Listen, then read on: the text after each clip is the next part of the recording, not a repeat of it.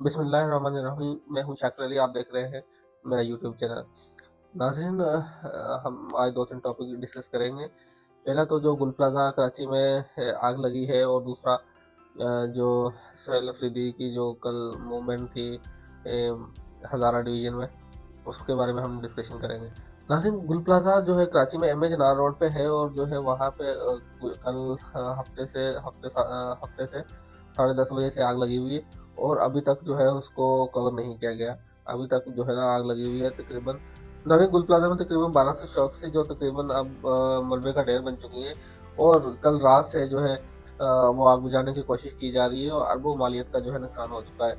अभी मैं कुछ देर पहले जो है जो गुल प्लाजा के जो सदर थे, उनकी सुन रहा था। के अंदर लोग फंसे हुए हैं, कोई इनके पास इक्विपमेंट नहीं, कोई आला नहीं है।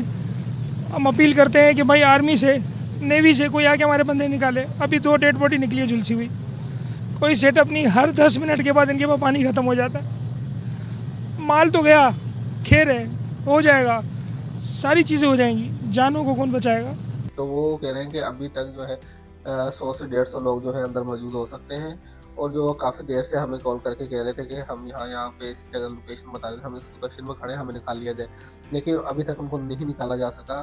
तो काफ़ी गज़बनाक सूरत हाल है, क्योंकि अपने सामने अपनी मौत को देखना किसी इंसान के लिए बहुत ज़्यादा जो है डरावना होता है, और वो हम देख रहे हैं कि तकरीबन 24 घंटे होने को है, लेकिन अभी तक उस एक प्लाज़ा की जो इमारत है उसकी आग नहीं बुझाई जा सकी, और जो है काफ़ी ये मसरूफ़ इलाका है।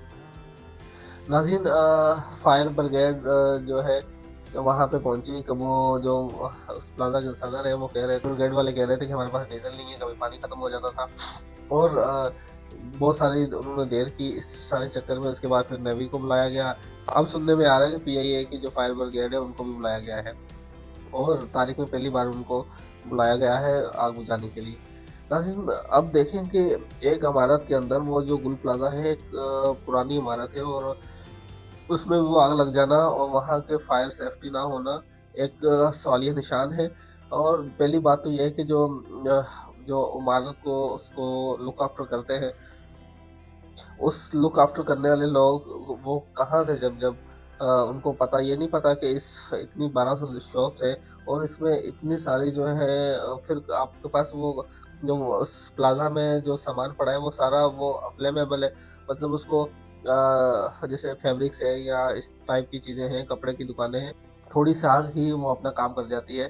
तो एक जो है आर्टिफ़िशियल फ्लावर्स की शॉप में जो आग लगी, अब वो आग शॉर्ट सर्किट से लगी या कैसे लगी, लेकिन वो आग ने देखते-देखते पूरा प्लाज़ा जो है मलबे का ढेर बना दिया। तो नाज़रीन, इस पे अब हुकूमत जो वज़ीर आला सिंध है मुराद अली शाह, उसने इंक्वायरी का हुक्म दिया है, और इसको जो फौरी एड्रेस करने का कहा है। लेकिन अब एड्रेस तो आप करें, बेशक करें, लेकिन जो वहाँ अभी भी 80 से 100 लोग या 150 लोग जितने भी हैं वो फँसे हुए हैं, या अल्लाह ना करे कि वो उनकी डेथ हो चुकी है तो उनको फौरी निकाला जाए। जो ज़िंदा बच गए हैं उनको जो है फ़ौरन रेस्क्यू किया जाए, क्योंकि अब तो इमारत का जो अक़बी हिस्सा है वो भी गिर चुका है। सुनने में आ रहा है कि तकरीबन 6 लोगों की डेथ हो चुकी है, 11 की क्रिटिकल हालत है, और जो 6 लोग जो जिनकी डेथ हुई है उनमें एक फायर ब्रिगेड का एक कारकुन भी है। नाज़रीन, अब सुनने में आ रहा है कि अब काफ़ी तकरीबन 60 से 70% आग पे काबू पा लिया गया है, लेकिन अभी भी मुकम्मल तौर पे नहीं हुआ। लेकिन इतनी बड़ी इमारत में आपका फायर सेफ्टी ना होना एक तशवीश की बात है। और फिर जो हमारे सिंध हुकूमत का अदारा है जो इन सबको रेगुलेटरी और सारी चीज़ें देखता है, वो कहाँ सोया हुआ था। जो मतलब आज आज तो सबको पता चल जाएगा कि यार फ़लाँ-फ़लाँ इमारत में ये सारी चीज़ें नहीं हैं, लेकिन जब जब पहले से चीज़ें ये करने वाली होती हैं कि आप सारी इमारतें, जो पुरानी इमारतें हैं, उनको गिराएँ, और क्योंकि अब इसके साथ-साथ दूसरी जो प्लाज़े हैं, और ये एक मसरूफ़ इलाका है, ऐसा नहीं है कि ये बिल्कुल गुंजान आबादी में नहीं है। ये मेन सदर में ये गुल प्लाज़ा है। नाज़रीन, देखते हैं अब ये कब तक ये ऑपरेशन कंप्लीट होता है, क्योंकि सईद गनी ने भी वहाँ विज़िट किया है, और जो जितने भी वहाँ के मामलात हैं उनको देखा है, और उन्होंने जो लवाकीन है उनको मुआवज़ा देने की भी बात की है। लेकिन मुआवज़ा तो बात की बात है, लेकिन जो जितने लोग वहाँ अंदर हैं उनको फ़ौरी तौर पे पहले रेस्क्यू किया जाए, ताकि जो बच गए हैं उनका जो है वो अपने घरों को जा सकें। वैसे सेकंड फेज़ में हम बात करेंगे सोहेल अफरीदी की।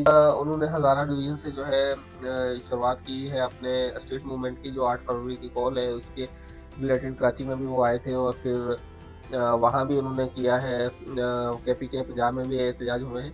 तो अब देखते हैं कि वो नेक्स्ट उनका क्या प्लान है। लेकिन जो हज़ारा डिवीज़न में जिस तरह अवाम निकली है, अटक में, मानसेरा में, तो काफ़ी लाखों के हज़ारों की तादाद में जो है अवाम बाहर निकली है और जो है सोहेल अफरीदी का साथ दिया है। और फिर उन्होंने वहाँ पे खिताब जो शीला खिताब किया है, वो अपना एक मशहूर डायलॉग जो उन्होंने दोहराया है कि मैं नहीं मारा जाऊँगा अब किसी जंग में, इस बार हम इश्क इमरान में मारे जाएँगे। तो जहाँ-जहाँ जा रहे हैं वो यही शेर पढ़ रहे हैं। तो इससे पहले वो तीरा में गए थे अपनी आबा के गाँव, वहाँ से अपने लोगों से मिले थे, वो अलग-अलग लोगों से मिले थे। वो ऐसा क्रिटिकल इलाका है, वहाँ जाना एक सूबाई वज़ीर आला का है, तो सूबाई हुकूमत में, लेकिन वहाँ पे काफ़ी जो दहशतगर्दी के वाक़यात वहाँ से हो रहे हैं, अफ़गानिस्तान क्योंकि बॉर्डर पास है। और फिर वहाँ पे लोग अपने घर-बार छोड़ के जा रहे हैं, तो वहाँ काफ़ी क्रिटिकल सिचुएशन है, बर्फ़बारी हो रही है और दूसरी चीज़ें। तो वहाँ जाके अपने लोगों से मिलना नाज़रीन, मैंने अब तक अली अमीन गंडापुर भी वज़ीर-ए-आला रहे हैं, लेकिन इमरान खान के बाद जो सबसे ज़्यादा स्टेट पावर जिसके लिए आवाम निकल रही है, वो सोहेल अफरीदी हैं। तो 26 नवंबर को जो है मोमेंटम इनका टूटा था, अब दोबारा से वही मोमेंटम बन रहा है, जहाँ से टूटा था वहीं से इन्होंने स्टार्ट किया है। तो काफ़ी अवाम निकल रही है और सोहेल अफरीदी को जो है सपोर्ट कर रहे हैं। तो मुझे लगता है कि 8 फरवरी की जो इनकी कॉल है, काफ़ी हद तक जो है कामयाब होती हुई नज़र आ रही है। लेट्स सी आगे जाके क्या होता है, कि वो कामयाब होती है या नहीं होती। नाज़रीन आज के लिए इतना ही।